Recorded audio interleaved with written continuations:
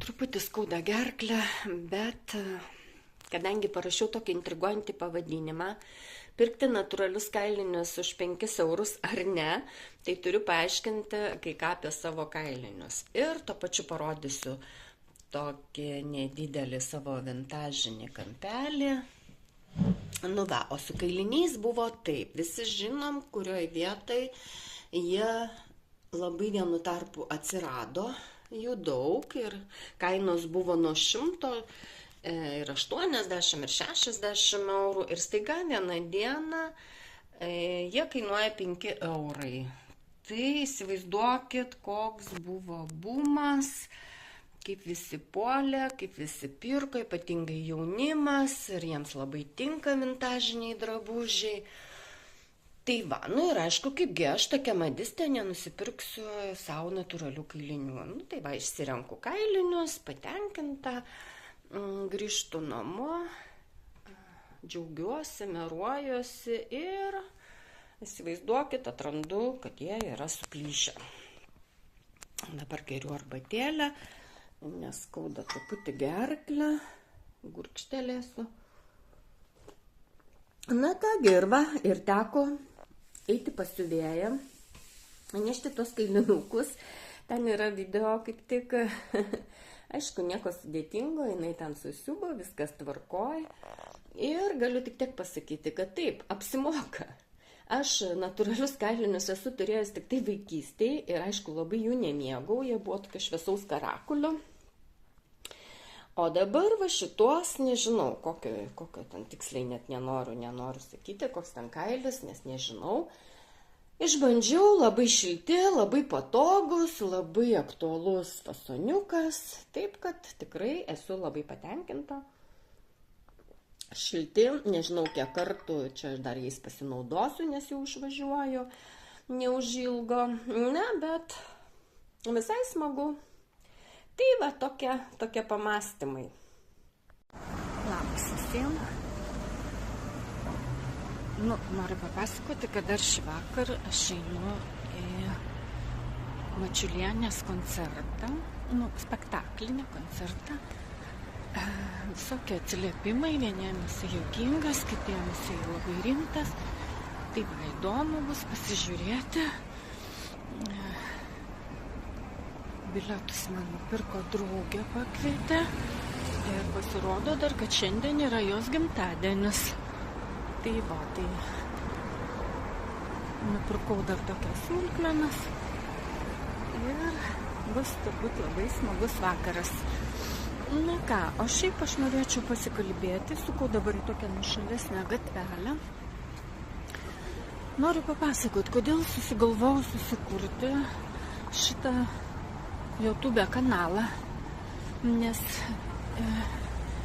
ieškau bendraminčių, mėgstančių vintažą, mėgstančių senus daiktus, kažkaip vertinančius visą tai, ne tai kaip kokias senienas, bet tai kaip tai labai padaryta, kokybiški daiktai, žmonių rankom dažniausia, labai kruopščiai ir kurių jau su kiekvienu laiku yra vis mažiau ir mažiau.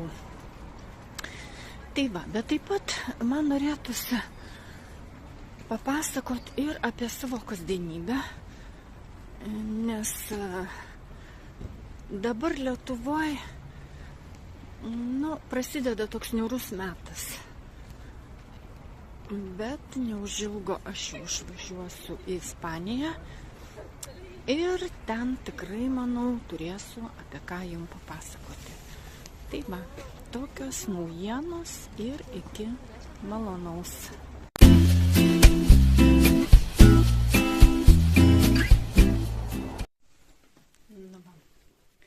Susiruošiau į koncertą, į spektaklį.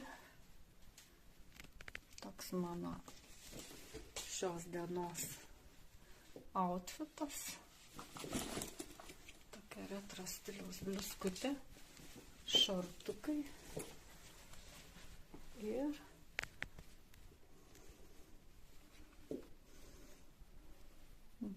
su išlintusiam kojinytėm. Ir rankinukas apipintas šlipsiuku. Tai va, tokie įdomesni dalykai.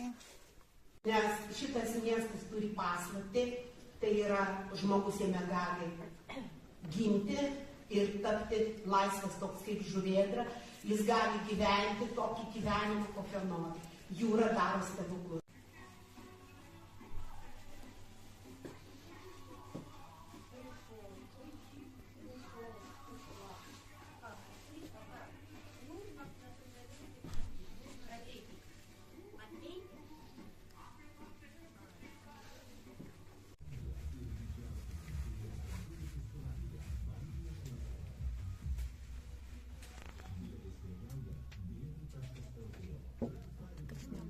Kos kelnes.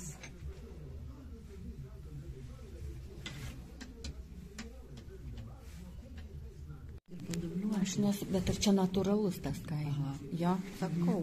Jisai taip ir padubliuotas ant to. Bet tai ar čia tik susiūti? Nu, ant to audinio, čia matot, jisai ir man pritvirtins. Aha. Tai taip aš to... Ar šitą panaudoti dar galima?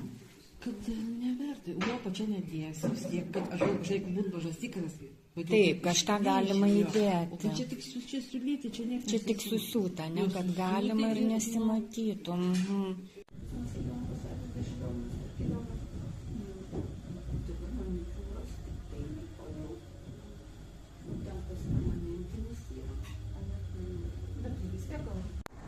Nu, va, Lietuvininko aikštė jau pasipuošė taip gražiai. Viskas žiba, šviečia, o aš prisikutuliavau savo naujais natūraliais kailiniais ir keliauju susitikti su drauge ir žiūrėsim eglutės įžiebimą. Tai va, laukit gražių vaizdų iš Klaipėdos.